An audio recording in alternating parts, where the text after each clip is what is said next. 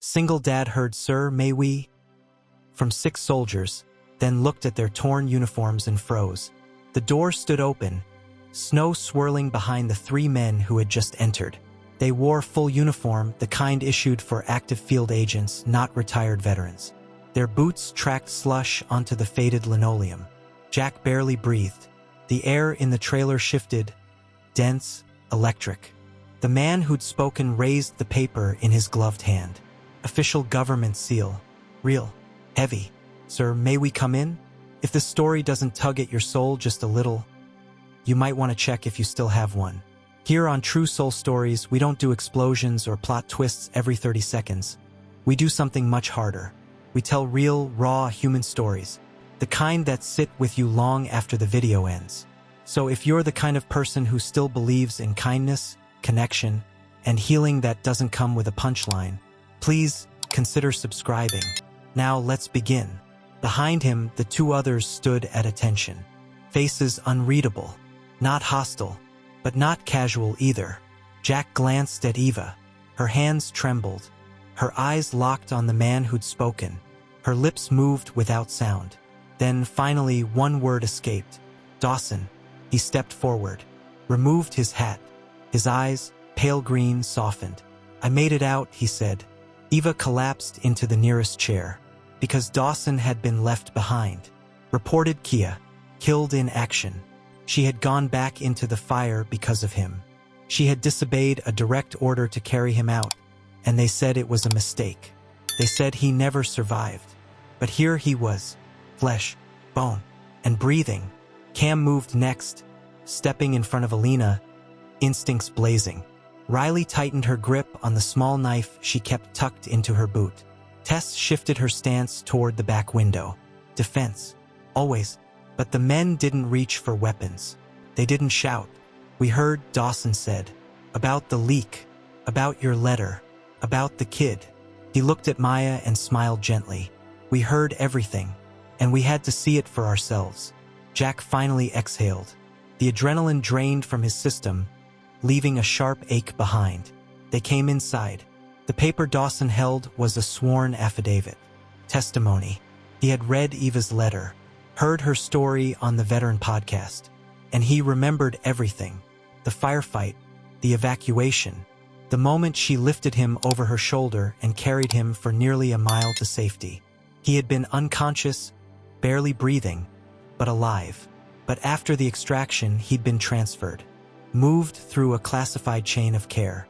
No records, no clarity, and by the time he could speak again, Eva was gone from the system. "They told me you were dead," Eva said, voice thick. "They told me the same about you," he replied. His presence meant something no recording or leaked transcript ever could. Living, breathing proof that everything she risked had mattered. That her sacrifice had not only saved a life, it had changed the course of truth. Dawson wasn't alone in remembering. The second man, Sergeant Malik Torres, had also served under Eva. He spoke next, placing his own signed statement on the kitchen table. "They wiped our records," he said, "but we kept copies." And the third man, Lieutenant Brady Singh, produced a flash drive. "We compiled every mission log with Eva's unit ID we could find. Unaltered. It's not just her. It's all of you. They buried you. We're here to dig you out." The house was quiet for a long time after that.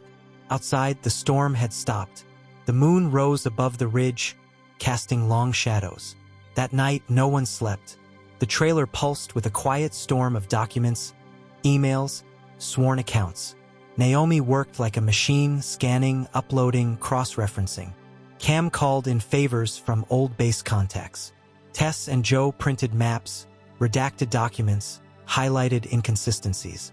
And Jack made coffee, poured tea, tucked Alina into bed and watched her sleep, heart pounding with something that felt like fear and pride woven together.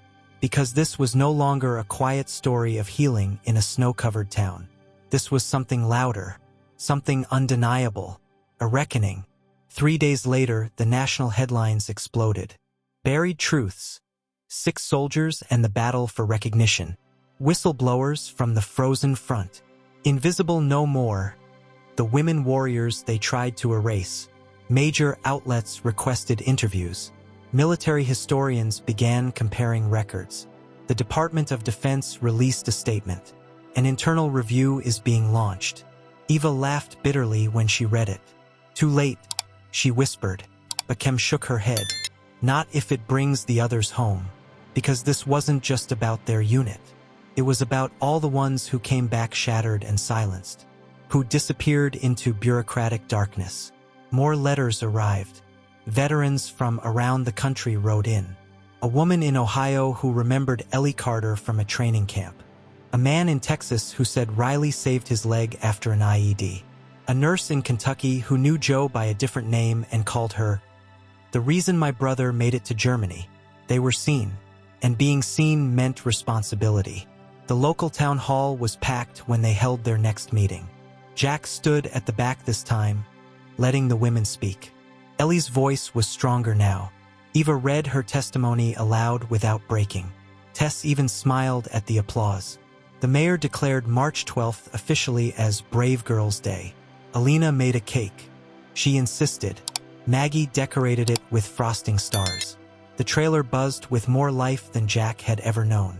There was laughter, cooking, arguments about whether to paint the hallway, and then the doorbell rang. This time it wasn't men in uniforms.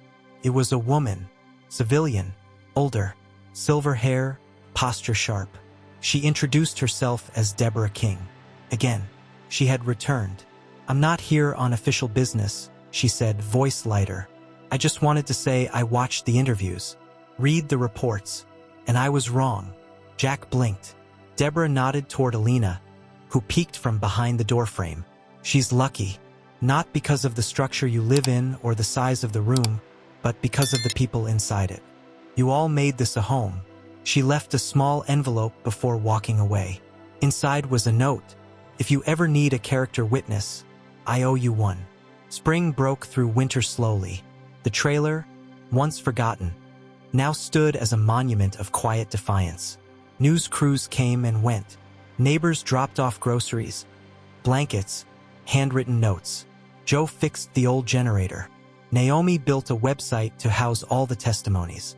Riley organized weekly check-ins for veterans within 50 miles. And Ellie wrote, not for the government, for herself, a memoir, a recounting, not just war but the nights in the trailer.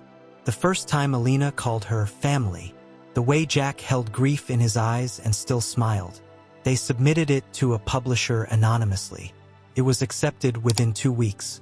Jack stayed quiet through most of this. He watched, supported, cooked, until one morning, while sanding the porch railing, he felt Eva's presence behind him. You okay? She asked. He nodded, but he wasn't. He had never expected any of this. Just leftovers and a long night. Not revolution. Not love.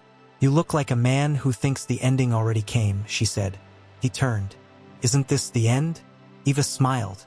No, Jack. This is where the healing begins. Weeks passed. The trailer got quieter. Not sad, just settled. One by one, the women began to step out into the world again. Cam accepted a position training new recruits. Joe opened a repair shop. Riley started a podcast about mental health. Tess began therapy. Maggie joined a grief support group. Eva stayed longest. She and Jack sat on the porch most evenings, coffee in hand, silence comfortable. She asked him once, "Do you ever miss who you were before?" Jack looked at the girl playing in the yard. I think I became him the day I opened that door. And now, on a warm May morning, she stood by her packed bag. Orders? Jack asked. Eva nodded. Voluntary, helping restructure care programs for returning women vets.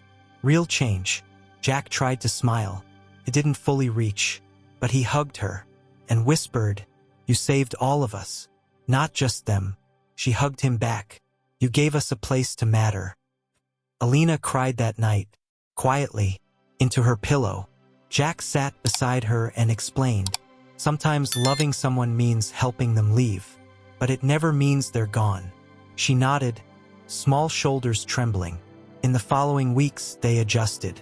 Letters came, pictures, videos. One day, Jack got a small box in the mail.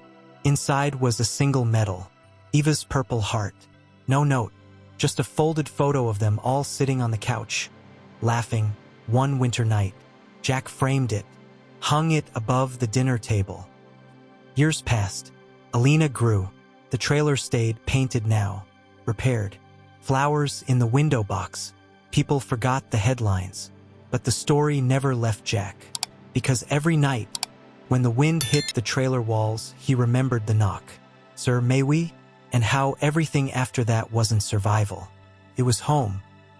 If this story found you at the right time, if it reminded you that every act of kindness matters, especially the quiet ones, then we ask you to do one thing. Share it, not for views, but for someone who might need it, someone forgotten, someone waiting. Let them know they matter. Thank you for listening, for remembering. Until next time, hold each other close, and always open the door.